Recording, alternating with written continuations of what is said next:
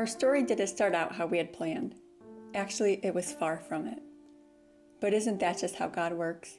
He takes a tragedy and makes something beautiful from it. This story started even before we were married. When we were dating and talking about our future, we both felt that God was wanting us to adopt someday. So that was it. We knew someday our family would grow through adoption. 11 years later, and here we are, and it's better than we could have ever expected.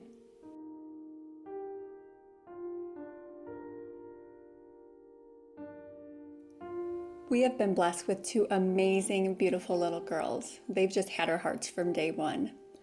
When I was pregnant with our second child, I had some medical complications, and after consulting with a couple different doctors, we realized the risk was just going to be too high for me to have any more babies naturally. So this was a really hard time for us. I really had to grieve that loss. We were expecting to have more kids. That definitely wasn't in our plans to be done at that point. And during this time, I was working at Memorial Children's Hospital, and I'd go into work and take care of children that had been abused, some kids that were just laying in their crib and no parents coming to visit them. It was just a sad time for me. I was asking God a lot of questions, a lot of whys. And this is kind of where He reawakened our desire to adopt. We couldn't have any more kids of our own, and there were so many children that needed a good family, a good chance in life. And we just started praying about it and decided we were going to do something about that.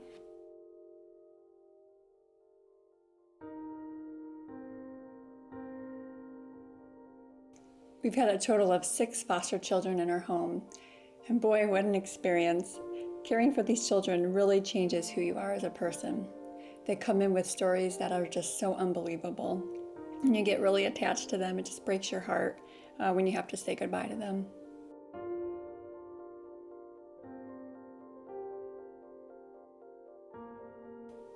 One of our biggest concerns was how our girls were going to do with having foster children in our home.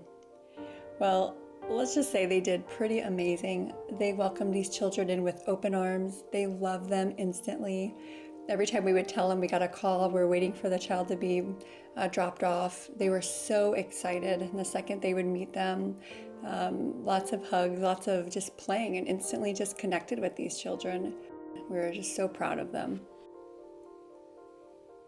With foster care, there were a lot of tears along the way. We got attached to the children in our home and struggled when we had to say goodbye.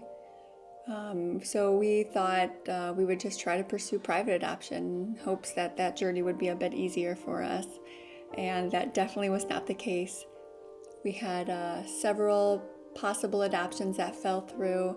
We had an adoption scam that luckily we recovered from. A couple moms that we were really hopeful then ended up deciding to keep their babies at the end of it, which we understood. So that was definitely a hard time too for us.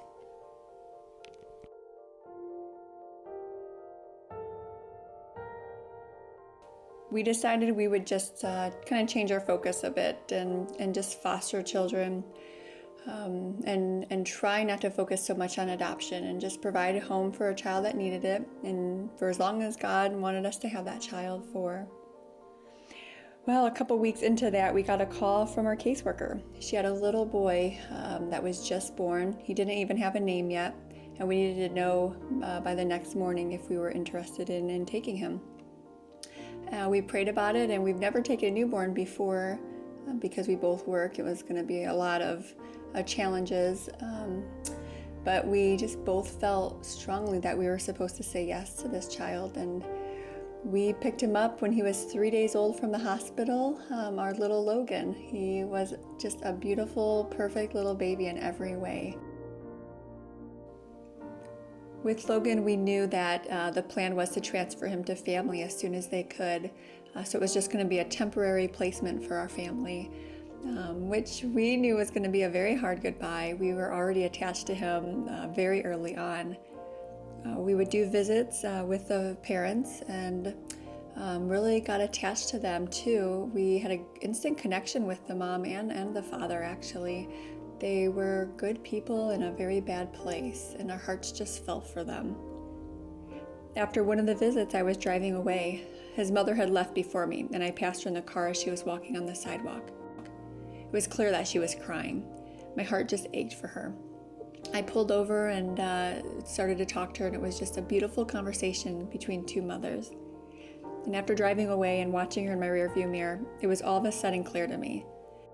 This was never about me in the first place. This was never about our family growing in size. I mean, we would have been just fine at 4. It was about God wanting us to reach others, and He used our loss as a catalyst for this. If I could have had more children, we would have stopped trying to pursue adoption. It was really just too hard by this point. But I couldn't, and that kept us walking through the storm. But He wanted more for us and for those we came across in this journey, and I'm so excited and thankful to be part of this story. We received a call from the caseworker, and she had started the paperwork to transfer Logan out of state to family. We had a lot of mixed emotions at this point. We absolutely loved Logan. We knew this was going to be definitely the hardest goodbye yet. But we also felt for his family and really cared about them, and we knew that they loved Logan just as much as we did. Around this time, we had received a call from one of our previous caseworkers. She had a little 3-year-old boy named Isaiah that she was wanting to know if we were interested in meeting him.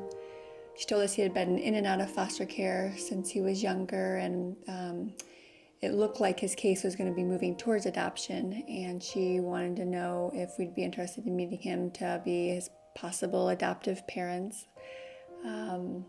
So we really prayed about that and decided that we would go ahead and meet him. And the first time we met him, he just was such a wonderful, beautiful little boy, a little shy, instantly warmed up to our girls though. Isaiah came and visited several times over a course of a couple months and spent the night a few times, and we just really had a good connection with him. He was such a good little boy with just a big heart. You could just see so much potential in this child, and we really prayed about it and decided that he was just a perfect fit for our family.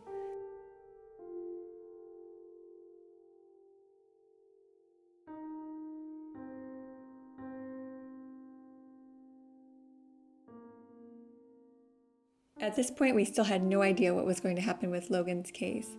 There were a lot of delays and some bumps in the roads, but one day when he was 10 months old, I received an email from his mother.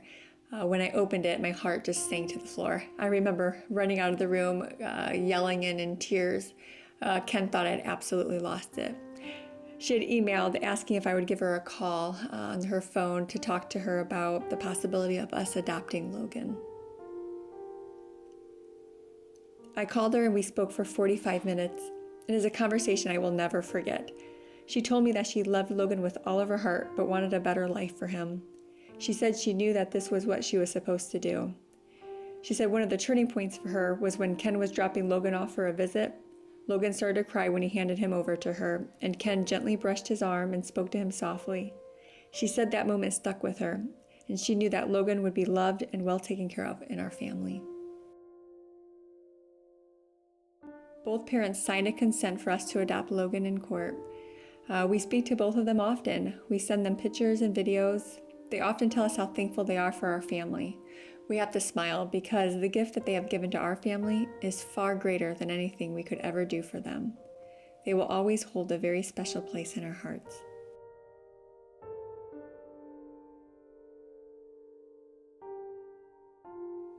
Adoption for us has meant so much. It has completely changed our family for the better. All 4 of our children are such a joy to us. There is really no greater gift than being a parent.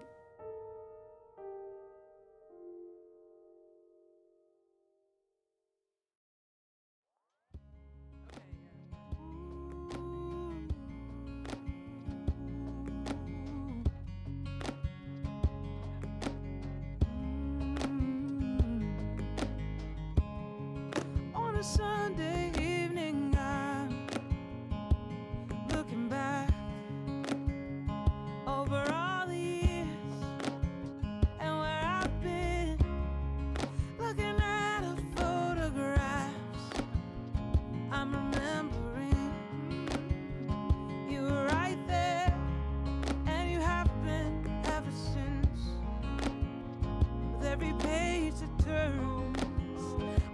your faithfulness.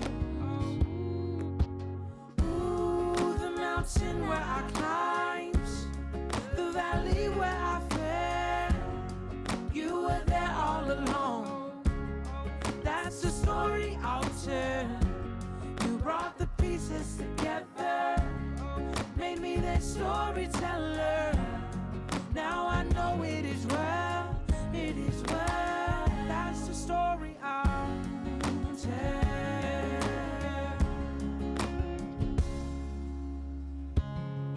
There were some nights that felt like they would last forever, but you kept me breathing. You were with me right then, and all that you have done for me, I can never hold it in.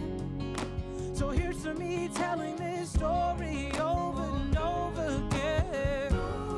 The mountain where I climbed, the valley where I fell, you were there all along. That's the story I'll tell. You brought the pieces together, made me that storyteller. Now I know it is well, it is well. That's the story I'll tell. That's the story I'll tell. Yeah, yeah. You hold the broken, you heal my every cry, every cry.